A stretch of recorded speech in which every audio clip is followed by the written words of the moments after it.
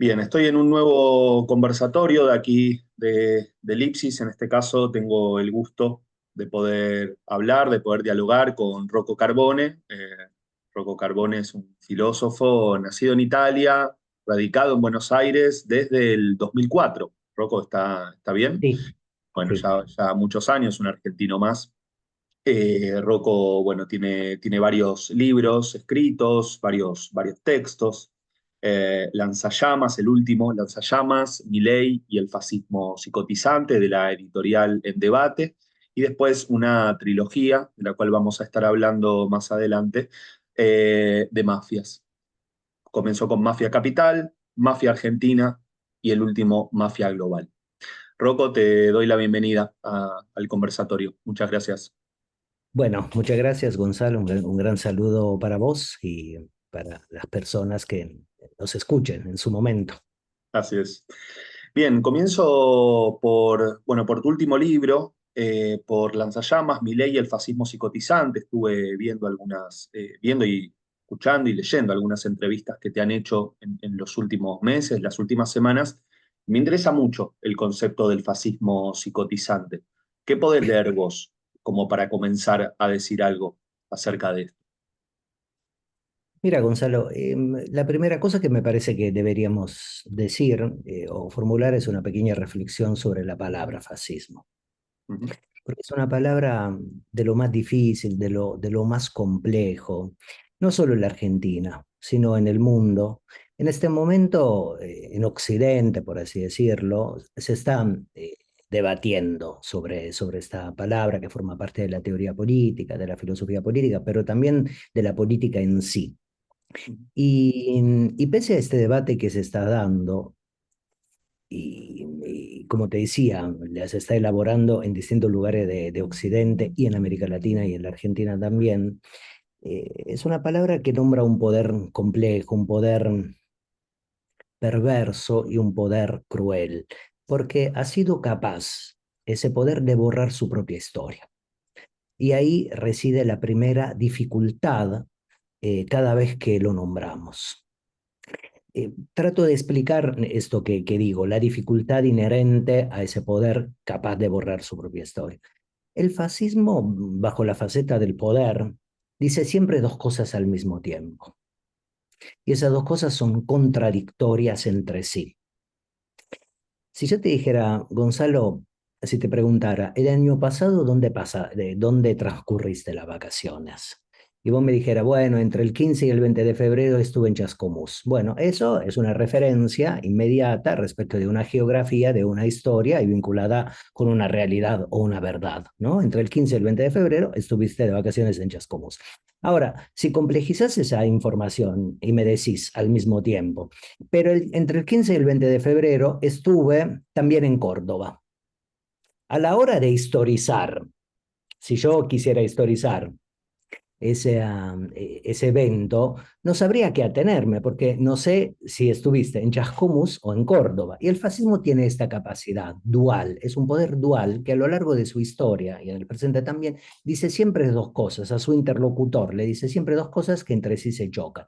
Entonces, cuando empezamos a historizarlo, no sabemos a qué atenernos, porque la historia, la ciencia histórica o la historia en sí, siempre debe anclarse a una verdad, sea cual fuere esa verdad. Y puesto que borra su propia historia, hemos perdido parte de la memoria de lo hecho por ese poder durante el siglo XX. Interrumpime cuando quieras o cuando, digamos, no se entienda lo que digo. Vos dijiste que yo soy italiano y efectivamente nací en Italia. Ujú. Y, y en un tramo de la escuela italiana, la secundaria, los pibes y las pibas nos sentábamos en banquito dobles, como acá más o menos. Y durante un tiempo, durante unos años, yo estuve sentado con un compañero, que es una persona más o menos querida, cada vez que voy a Italia nos vemos, y él venía de una familia fascista. No lo era él, pero venía de una familia que había revistado con cierta organicidad en el fascismo arqueológico clásico de Mussolini. Y cuando en las clases de historia se empezó a debatir sobre el fascismo, este pibe que se llama Saverio, ahora ya no es tan pibe, le dijo a la profesora de historia, pero mire, profesora, que el fascismo también hizo grandes obras.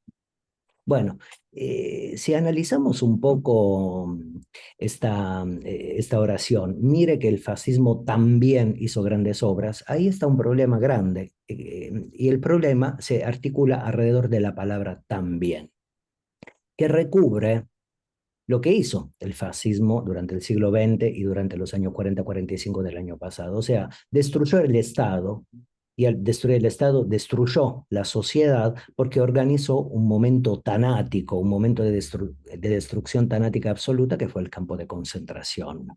Pero esa oración también hizo grandes obras, recubre efectivamente la latencia o la potencia principal de ese poder. Bueno, hoy en día, digamos, nos encontramos con esta dificultad. Y Gonzalo, una dificultad, otra dificultad es propia de la Argentina, es una dificultad propia de nuestro país aquí cuando decimos fascismo, porque la lectura histórica sobre el fascismo clásico fue elaborada por tres tradiciones político-ideológicas, la socialista, la comunista y la radical, que elaboraron una lectura histórica del fascismo clásico europeo del siglo XX para constituir una especie de flecha envenenada a arrojar en contra del peronismo. O sea, crearon la homología en una lucha política, que eso se puede entender, digamos, en la clave de la lucha política. Formularon esa lectura histórica para homologar el peronismo clásico, el primer peronismo, como una experiencia fascista. Bueno, esa es una engañapichanga, es un problema, porque si efectivamente aceptamos que el fascismo, ese poder, cuando se hace del Estado lo destruye, y al destruir el Estado destruye la sociedad, esto en la Argentina no ha pasado nunca con el peronismo. Ni siquiera durante el último gobierno de Perón, donde sí había bandas problemáticas como la AAA, ni siquiera durante los años 90, durante los años del menemismo o del menemato, donde se hizo implosionar lo que llamamos soberanía nacional, pero no se destruyó el Estado. Digamos, el concepto de lo público y el concepto de la vida en común.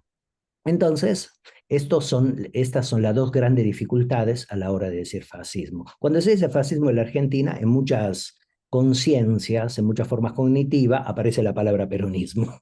Y entonces hay que explicar, miren, en fin, no tiene nada que ver. Pero son dos dificultades. Bueno, Ahora, perdón, Rocco, ¿eh? Los antiperonistas hablan de, bueno, Perón cercano a Mussolini, ¿no? bueno, eso también debe ser leído, digamos, debe ser escrutado, esa oración con cierta diligencia, con cierta atención. Es cierto que Mussolini viajó, perdón, que Perón viajó a la Italia fascista. Creo que, si no recuerdo mal, fue agregado militar de la Embajada Argentina en Roma, que participó incluso en un cuerpo militar italiano, gli Alpini, pero esa presencia de Perón en Italia durante la experiencia del fascismo no lo vuelve automáticamente fascista. Mira, otro latinoamericano que estaba en Europa en su momento durante la emergencia del fascismo italiano fue Mariátegui. Digamos, la proximidad con, bueno, Mariátegui es considerado como el primer socialista de América, viene de otra tradición, en fin, escribió un texto preciosísimo que podemos leer hoy en día, creo que se llama Biología del fascismo o Anatomía del fascismo, no recuerdo. Pero quiero decir que la proximidad con un fenómeno político o la proximidad con la emergencia de un fenómeno político no necesariamente eh, te vuelve un adherente. Ahora, hay una diferencia sustancial desde mi punto de vista entre la propia figura de Perón y el peronismo, digamos, ese movimiento político singular que hace a la singularidad argentina, y hay una distancia muy grande entre el fundador del movimiento y el propio movimiento. Y estamos hablando del poder del peronismo cuando estuvo en el Estado, que es mucho más amplio que Perón y que además, cuando hablamos de peronismo, hablamos de una cantidad de cosas, de lo más interesante y de lo más diversas. Digo, la figura de Cook. Cook fue un marxista metido a peronista y cuya experiencia política, biográfica y humana trazó un arco que fue de Perón al Che Guevara. Digo, es un punto de síntesis entre dos grandes tradiciones emancipatorias. Cook también forma parte del peronismo. Entonces, me parece que ese movimiento singular de la vida política y de la vida cultural nacional no se agota en la figura de Perón. O por lo menos esta es mi interpretación. Ahora, para decir otra cosa que me parece que es necesario enfatizarlo, eh, puesto que el fascismo, como te decía, borra su propia historia. Y mira, en el siglo XX, efectivamente, podemos encontrar fascismo en Italia y fascismo en Alemania, donde hubo, digamos, dos emergencias de lo más dramáticos, ¿sí? De lo más dramáticas esas dos emergencias. Pero si historizamos un poco el siglo XX, podemos encontrar experiencias fascistas en todo el mundo. O sea que cuando hablamos de fascismo no hablamos solo de Italia y de Alemania, pero hoy en día cuando decimos fascismo, inmediatamente en nuestra memoria histórica se activan esos dos significantes, Roma, Berlín, ese eje, donde parecería que funcionó solo el fascismo. Y nada que ver, porque podemos encontrar fascismo, por ejemplo, en la Europa del siglo XX, en Gran Bretaña, ahí Bueno, en la funcionaba Japón imperial, ¿no? el Japón imperial, en la China conducida por Chiang Kai-shek en el corazón del Kuomintang, que es el Partido Nacionalista Chino. En la década del 30 funcionaba un aparato de doble poder, quiero decir, un aparato político-militar, que era la Asociación de las Camisas Azules, que se reivindicaba a sí misma como fascista. Hubo fascismo en Libia, en África, y si pasamos, por ejemplo, en nuestra América, también encontramos experiencias fascistas.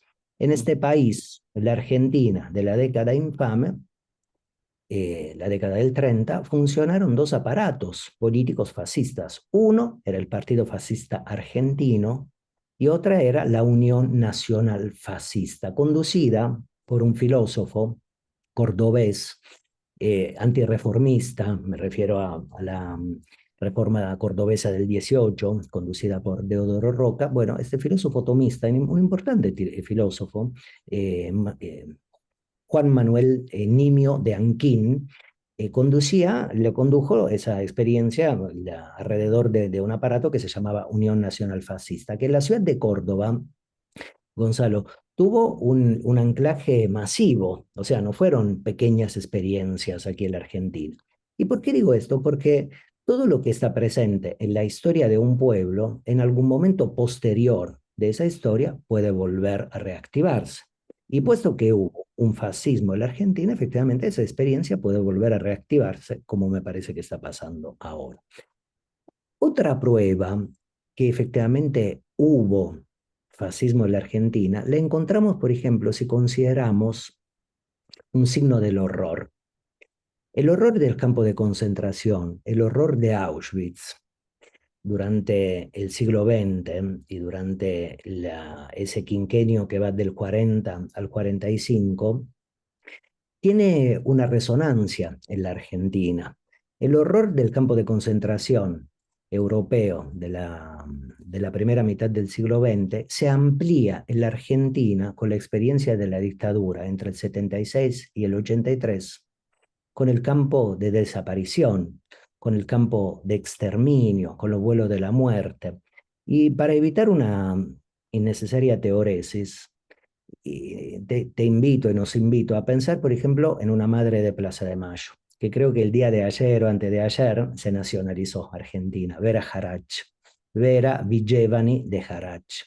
Bueno, una madre de Plaza de Mayo, hoy en día es una mamá muy mayor, una madre muy mayor, y el abuelo materno de Vera, que se llamaba Héctor Camerino, desapareció en Auschwitz. La parte sobreviviente de esa familia emigró en la Argentina y durante la dictadura, durante el 76-83, una hijita de Vera, Franca Jarach, fue desaparecida. Entonces, Digo, ahí me parece que hay otra vertiente, otra vibración dramática del horror que de Europa viaja aquí y se amplía. Es el horror fascista que late en la politicidad nacional. ¿Y por qué digo esto? En función de esa idea que trataba de exponer antes, Gonzalo, que el fascismo es como un enano, o sea, es una fuerza chiquita, diminuta, presente en la vida de los pueblos, no solo en el pueblo argentino, sino en todos los pueblos, y oportunamente estimulada, esa fuerza chiquitita, enana, puede magnificarse. Es una especie de Aladín que está encerrado en una lámpara y si alguien va, limpia la lámpara, la vuelve un poco brillante, sale ese enano, ese suerte de mago terrible, dramático para la vida de los pueblos y se magnifica. Y me parece que esto ha acontecido un poco entre nosotros y nosotras en la Argentina con la emergencia de ese nuevo poder que se llama La Libertad Avanza y que está gobernando en nuestro país desde el 10 de diciembre del año pasado. O Una, sea, una, sí, perdón, Rocco, vos considerás entonces que la libertad avanza, el mileísmo, bueno, esta especie de nueva derecha también, digo, hay muchos términos, ¿no? Que se van poniendo ellos mismos, nosotros.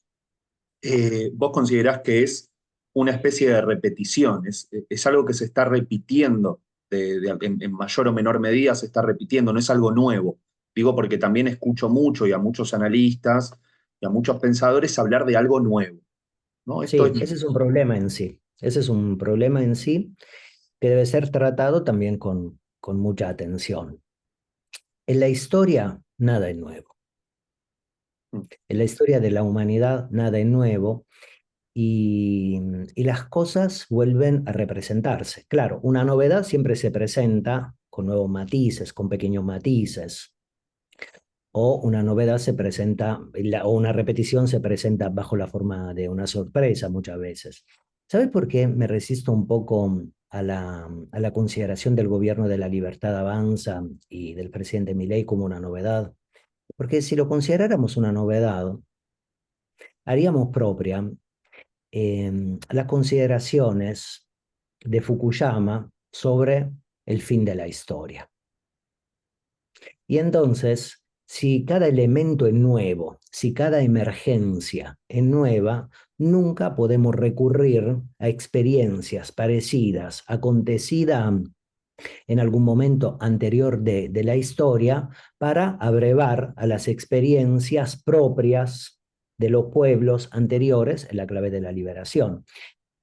Si vos te enfermas y tenés fiebre y sos un nene, tu mamá recurre seguramente a ciertos conocimientos, tu mamá, tu papá, digamos, alguien de tu familia recurre a ciertos conocimientos familiares, elaborados por una abuela, por un abuelo, por una tía, por alguien más, digamos, en la historización propia de esa familia. Lo sabemos muy bien. Bueno, esa es la historia. En cambio, si consideramos un fenómeno nuevo, se corta la experiencia histórica, por eso hago el ejemplo del fin de la historia de Fukuyama, y entonces, como se corta la historia, no podemos recuperar ninguna forma memorial, ninguna experiencia previa que nos pueda eh, ayudar a sobrellevar o entender el fenómeno nuevo que se presenta entre nosotros y nosotras. Ahora, ¿por qué digo que la categoría fascismo es productiva para pensar el gobierno de la libertad avanza? Porque el fascismo, entre muchas otras cosas, es un pensamiento, es una forma de pensamiento. Y el fascismo es un poder dual, es un poder dualista, o sea, un poder que se asienta sobre una manera de pensar dualista. O sea, es un poder Pero, que sí, perdón, no, sí. Oh, ahí está. Sí, Rocco. Te decía entonces que el fascismo es un poder dual, es un poder dualista, o sea, es un poder que se asienta sobre un pensamiento que también es dualista o dual, o sea, es un poder inervado por un pensamiento que está configurado por dimensiones que entre sí se excluyen. Hago un ejemplo para que se entienda.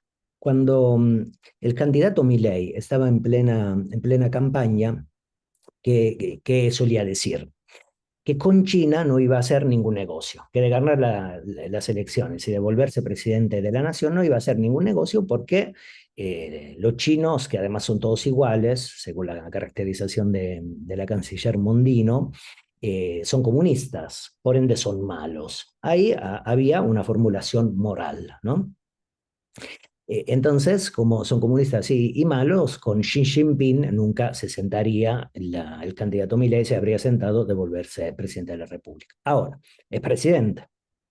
Hará, no sé, 7 días, 10 días, un puñado de días, hizo una entrevista en el corazón de la politicidad nacional, en la Casa Rosada, junto con una señora que conocemos bien, y se formuló una serie de loas sobre la China, sobre la República Popular China, conducida por el Partido Comunista Chino, que está conducido por un presidente que tiene una amplia obra, una obra intelectual y una obra política que se llama Xi Jinping, y esta obra política se llama La gobernación y la administración de China.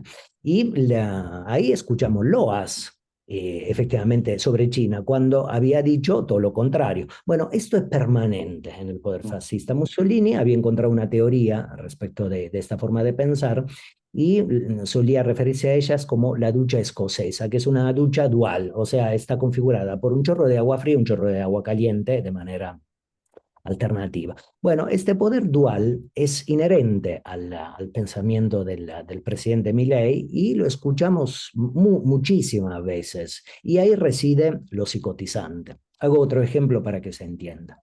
Cuando estaba en campaña, dijo del Papa una cantidad de cosas colosales. Te guste o no el Papa, seamos o no creyentes, es un jefe de Estado. Ese Estado se llama Ciudad del Vaticano, tiene fieles en todo el mundo, operadores en todo el mundo, que son curas, monjas, etcétera, y dijo que era la reencarnación del maligno en la tierra. Gana las elecciones, va a Roma, entra al Vaticano, se junta con el Papa y sale de esa reunión diciendo que el Papa Francisco es uno de los argentinos más importantes de la historia, o el sujeto más importante de la historia de la humanidad, no recuerdo, nuevamente, ¿no? Dos dimensiones que entre sí chocan. Y eso hace a lo psicotizante, porque el fascismo es un poder que tiende a enloquecer al ciudadano o a la ciudadana que recibe su discurso político, su acción discursiva, su relato, pero enloquece también a las organizaciones libres del pueblo, a los movimientos y a los partidos políticos y a la política en sí.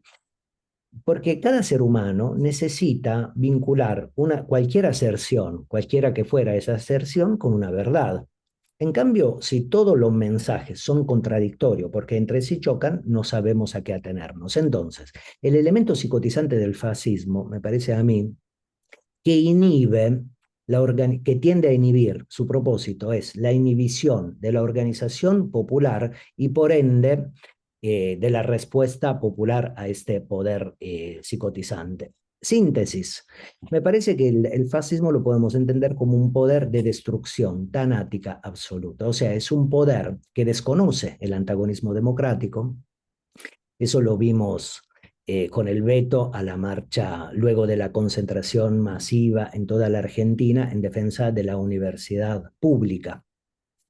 Bueno, en la Argentina hubo una marcha federal de 1 millón, 1,5 millones de personas que eh, defendieron una institución propia del Estado, el sistema de educación superior o la universidad pública, y no obstante ese llamado de atención al gobierno y al presidente Milei, que hizo el presidente, reconfirmó el veto contra la educación pública. Esto que demuestra que el poder fascista desconoce el antagonismo democrático y es un poder que se define por una violencia totalitaria, o sea, donde el otro o la otredad no debe tener ningún lugar dentro de la vida en común, dentro de la vida política, dentro de la vida social o cultural. O sea, el conflicto del fascismo es un conflicto absoluto. Hago un ejemplo comparativo para que tratemos de ver cómo funciona. Durante el gobierno de la Alianza Cambiemos, se debatió profundamente en la Argentina el 2 por 1 que la quiso elaborar el gobierno del expresidente Mauricio Macri. O sea, reducir el tiempo carcelario de los genocidas de la dictadura del 76-83. Bueno, se trató de implementar esa política comúnmente llamada 2 por 1 y la sociedad argentina, el campo emancipatorio nacional, salió a la calle para protestar y decir, no, esto no se puede aceptar de ninguna manera, es intolerable. Bueno, y ahí, como hubo un antagonismo democrático y ese antagonismo fue registrado por el Ejecutivo de la Alianza Cambiemos, el presidente Macri, que quería implementar esa medida, el 2 por 1 tuvo que declinarla. Ahí hay una fuerza política que reconoce que hay otro que no piensa como vos y que pone límite a tus acciones políticas. Bueno, aquí en cambio vemos, y el ejemplo del veto a la universidad pública me parece que es un ejemplo nítido en este sentido, un poder que pese a un antagonismo democrático lo desconoce y avanza con sus políticas, pese a la resistencia masiva de otro sujeto que movilizó 1 millón de personas o 1,5 millones de personas a lo largo y a lo ancho de la Argentina. Y termino esta parte. ¿Cómo lo podemos entender el fascismo? Como un goce de producir daño en el hombre. O sea, produce daño y goza a la hora de producir ese daño. O sea, el fascismo puede existir sin campos de exterminio. Eh, El campo de exterminio no te diría que el campo de exterminio es lo más representativo del fascismo. El campo de exterminio, digamos, no es lo más decisivo desde mi punto de vista. Con esto no quiero disminuir no. ese naufragio colectivo que creó un agujero enorme en la humanidad del siglo XX.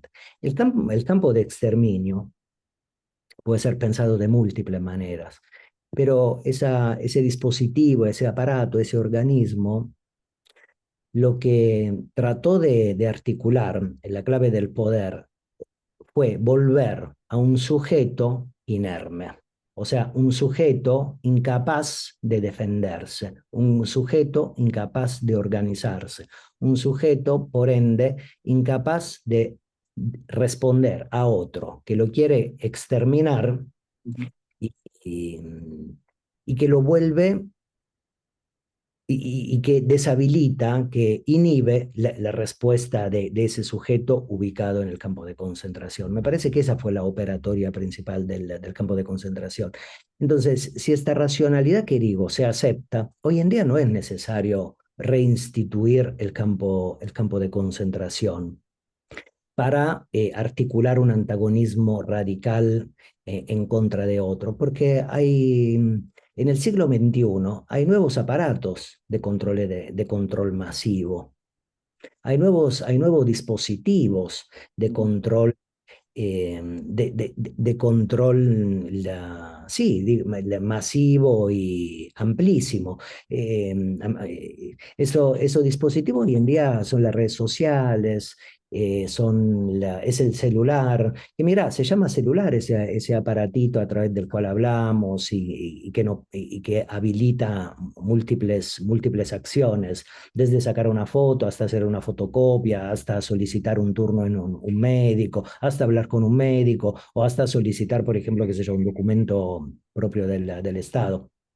Se llama celular porque efectivamente es un aparatito muy complejo que se ubicó en nuestro BIOS como si fuera una célula más y que en nuestro BIOS hace extracción infocognitiva, succiona permanentemente información y luego a través de múltiples aplicaciones y luego devuelve esa información bajo la forma de la manipulación.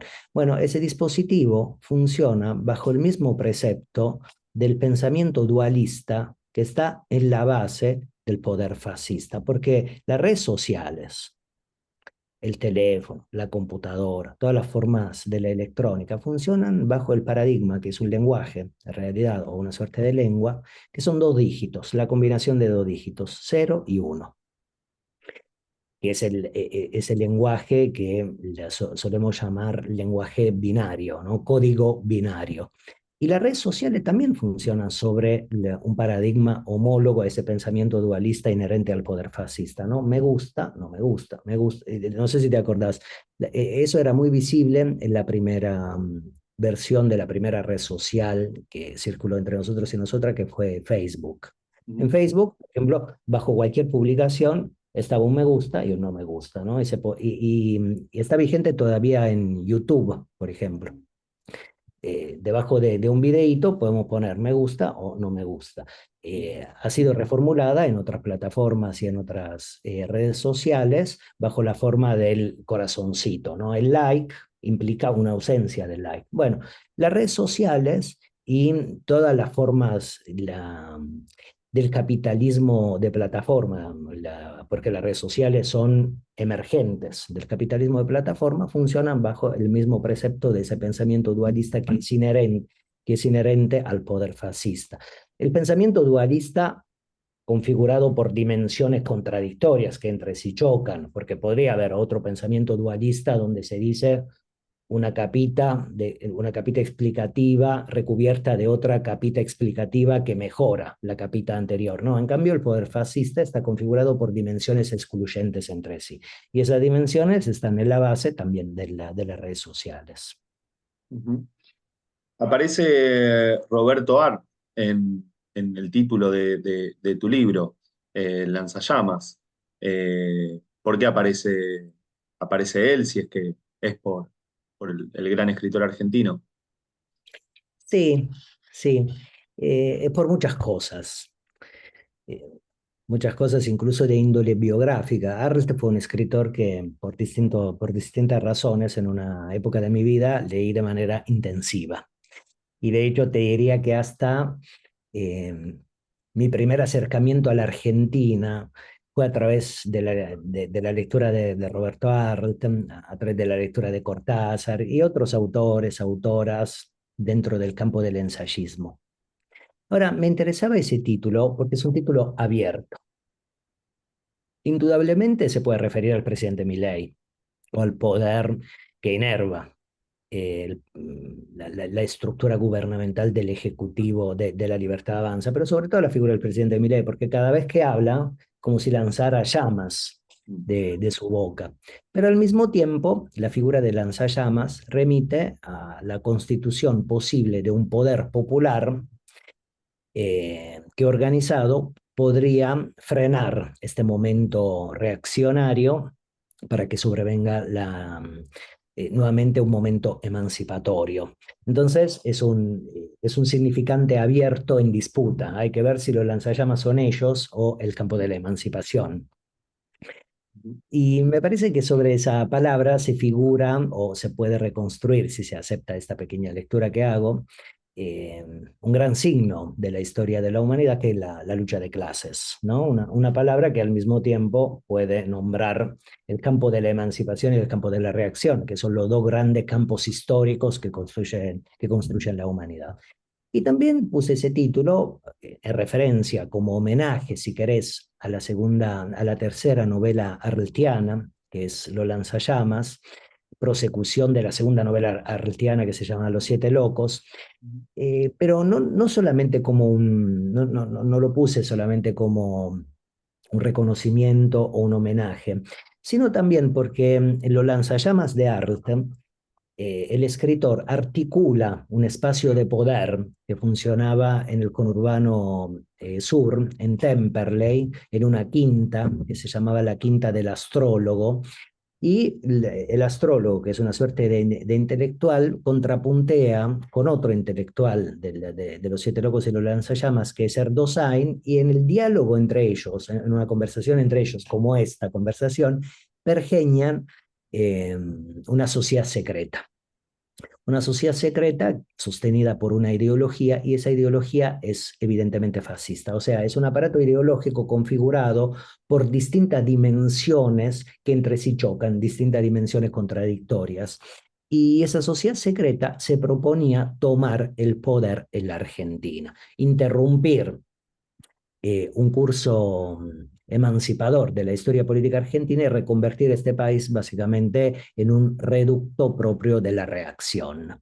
Y por eso me parecía que era un buen título para recuperar, porque efectivamente es una manera eh, vibrante de la historia literaria nacional que nombra el fascismo posible sobre el cual trató de reflexionar Roberto Arlt en el corazón de la década infame, cuando en la Argentina estaba vigente, como decíamos antes, un partido fascista argentino.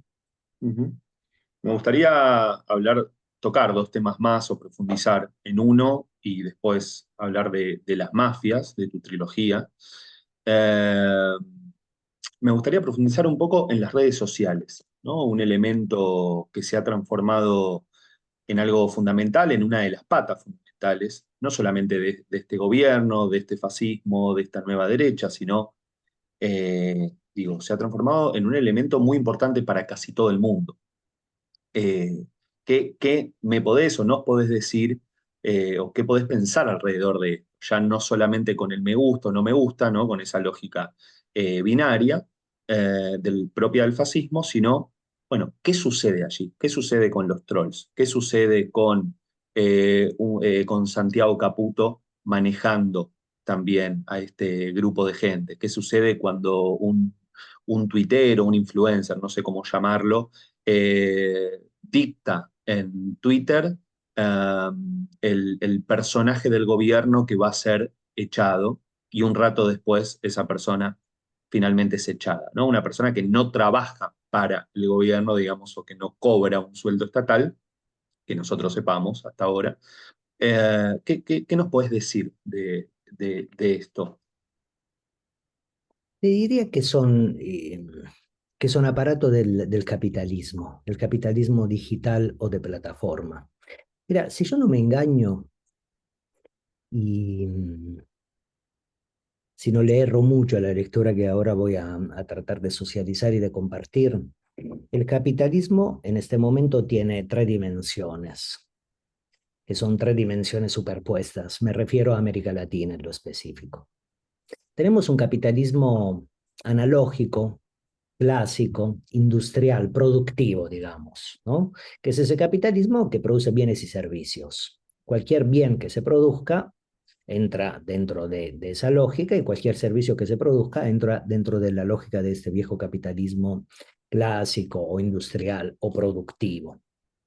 Luego está un capitalismo de plataforma, que es el capitalismo digital, que todavía me parece que no hemos encontrado una forma definitoria de definirlo, que arrastra de alguna manera el viejo capitalismo financiero. Esa sería la segunda etapa, la segunda dimensión. Y la tercera dimensión, que es inherente a América Latina, es un narcocapitalismo, que tiene que ver con las mafias.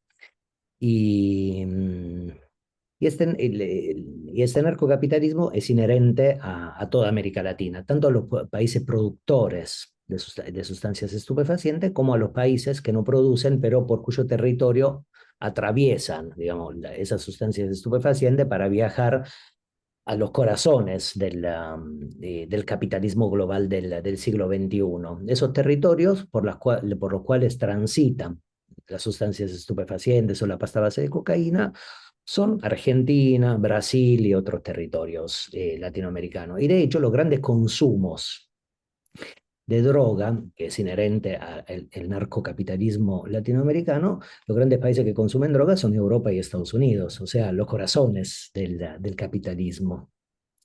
Entonces, yendo a las redes sociales, son emergentes del capitalismo digital. Me parece que deben ser entendidas como emergentes, como emergentes del capitalismo digital y como una suerte de vidriera vacía.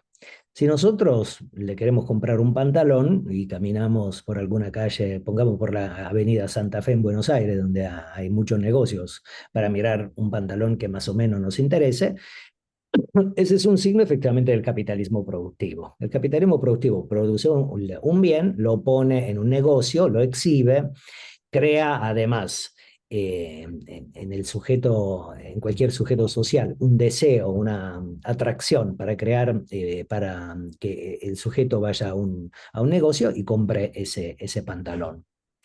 Ahora, contrariamente a esas a esos escaparates, a esas vidrieras llenas, abarrotadas, que son dispositivos o organismos del capitalismo industrial o productivo.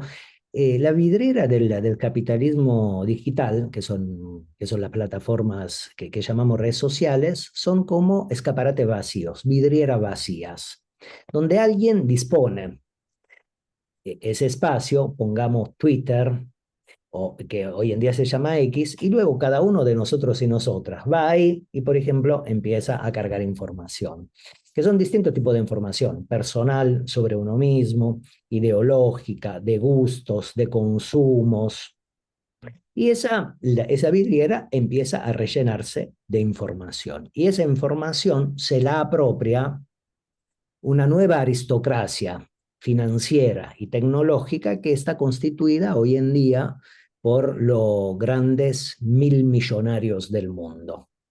Elon Musk es uno de ellos. Bueno, el fascismo lo podemos entender como un poder que sostiene a esta nueva aristocracia financiera, mediática, y al mismo tiempo es un poder, el fascismo, que cuida a la aristocracia o a la burguesía locales. De hecho, Milei fue sostenido por los capitales de Eurnequian al comienzo. Aparecía en la televisión de Eurnequian y hoy en día lo vemos peregrinar al centro del corazón del capitalismo digital del siglo XXI, Tesla de Elon Musk, que es una automotriz que funciona sobre la base de un motor organizado con el litio. Bueno, digo esto porque si queremos reconocer a un fascista del siglo XXI, hay que ver si se saca una selfie con Elon Musk. ¿Con quién se sacaron selfie? Muchas veces el presidente Milei, la primera ministra de Italia Giorgia Meloni, el expresidente de Brasil Bolsonaro, el actual presidente de El Salvador Bukele, y así. O sea, son poderes Orban que... también. ¿Cómo? Orban, el Ah, de Orbán de Hungría. Hungría. Bueno, ahí tenés otro ejemplo perfecto. Bueno, entonces me parece que efectivamente este nuevo poder, o este poder que repite de alguna manera el fascismo arqueológico del siglo XX, viene a sostener una nueva oligarquía, que en realidad es un poder global que tiene refracciones internacionales, globales y también locales. Ujú, clarísimo. Bien, para finalizar, me gustaría hablar de, bueno, de las mafias, ¿no? Comenzás con mafia capital, después mafia argentina, mafia global. El concepto de mafia me interesa. Bueno, la palabra mafia es una palabra compleja, una palabra que para empezar, si quisiéramos historizarla, vamos a encontrar que tiene múltiples resonancias en muchas lenguas. Incluso podemos encontrar resonancia en el árabe. La palabra mafia se puede vincular con distintas palabras del árabe que quieren decir muchas cosas. Otra resonancia está vinculada con la lengua italiana, y luego por las múltiples migraciones italianas al mundo. Es una palabra que se globalizó tanto como pizza, ¿no? En un diccionario de una eventual lengua global, mafia y pizza serían dos palabras vinculadas con el italiano. Ahora, las mafias son poderes ocultos que podemos encontrar en todo el mundo, que solemos vincularlos con el territorio italiano y sobre todo con el territorio del sur de Italia, digamos, entre Nápoles y Palermo, entre Campania y Sicilia, pero en realidad organizaciones mafiosas, con esa palabra mafia, podemos encontrarla, por ejemplo, en la China de 1600, en la Rusia soviética del estalinismo, donde se organizó una organización mafiosa de lo más interesante, que se llama Organizacja o Mafia o Forefzakonie, que llega hasta el día de hoy, que es una mafia internacional. Y del sur de Italia, efectivamente, digamos, cuatro tipos de organizaciones clásicas mafiosas emigraron al resto del mundo siguiendo las líneas migratorias históricas de Italia. Una línea migratoria de la historia de Italia religa Italia con la Argentina. Entre 1880 más o menos y 1955 o 1950, la Argentina fue receptora de grandes masas migratorias italianas que llegaron aquí, que configuraron este país tal como lo conocemos hoy en día, y me parece que en esos fenómenos migratorios llegaron distintos tipos expresivos de poder mafioso, que para decirlo rápidamente, Gonzalo, es un poder oculto, o sea, a un mafioso lo vemos circulando por la calle, pero no lo reconocemos, como tal que activa una fibra de un poder sensible que se balancea permanentemente entre la legalidad y la ilegalidad. Cuando reconocemos esa racionalidad en la vida pública, que un aparato del Estado, una fuerza del Estado, un segmento del Estado funciona bajo el doble paradigma legal, ilegal, ahí está activando un poder mafioso. Las mafias son inherentes a los modos de la vida del capitalismo, y la mafia podemos considerarlas como aceleradores del capitalismo. Cuando el capitalismo no puede resolver, cuando el capitalismo, la burguesía, el dominio de esa clase no puede resolver ciertos conflictos recurriendo al aparato legal del Estado, recurre a estos aparatos encubiertos, ocultos, que integran una trama muy espesa. Los poderes ocultos son muchos, y la mafia son poderes ocultos, y la burguesía recurre a esos poderes para resolver ciertos conflictos que, como te decía, los aparatos legales del Estado no pueden resolverlos. Las mafias son estos, y son hoy en día aparatos de poder que tienden a colonizar la estatalidad nacional, porque como son poderes ocultos, opacos, semi ilegales y semilegales, necesitan de la estatalidad para operar. Por ejemplo, necesitan de la estatalidad para volver legal todos los flujos acumulados dentro del ámbito de la economía ilegal. De hecho, en el mundo hay cuevas fiscales. Bueno, las cuevas fiscales son países que funcionan bajo el precepto de un poder mafioso, donde entran capitales ilegales provenientes del narcotráfico, tráfico de armas de guerra, tráfico de personas, y que son legalizados a partir de eh, sistemas de lavandería financiera o lavandería bancaria. Suiza es uno de esos países y no es el único. Bueno, el blanqueo aquí de Argentina, ¿no? En este momento, ¿no? Una herramienta que propone el Estado, ¿no? Para algunos, algunos pillos allí para que traigan esos dólares que en algún momento se llevaron ilegalmente, ¿no? Del país. Parece que esto también lo afirma esta teoría o esta idea que me comentaste. Bien, Rocco, bueno, llegamos al final de la conversación, de este conversatorio. Ha sido un placer enorme escucharte. Recomiendo a todos, a todo el mundo, seguirlo, leer sus textos, sus libros, sus entrevistas. Bueno, es una de las tantas personas que nos ayudan a pensar en este momento muy complejo para pensar, ¿no? Hasta casi narcotizante y psicotizante, ¿no? Que eso es un grave problema, ¿no? Cuando alguien o algo nos genera esa sensación, ¿no? De no saber cómo entrar allí. Gracias, Rocco. Muchas gracias. Bueno, gracias a vos, a todo tu público, y encantado de esta conversación, así que quedo a disposición. Un Hasta placer. luego. Abrazo. Gracias.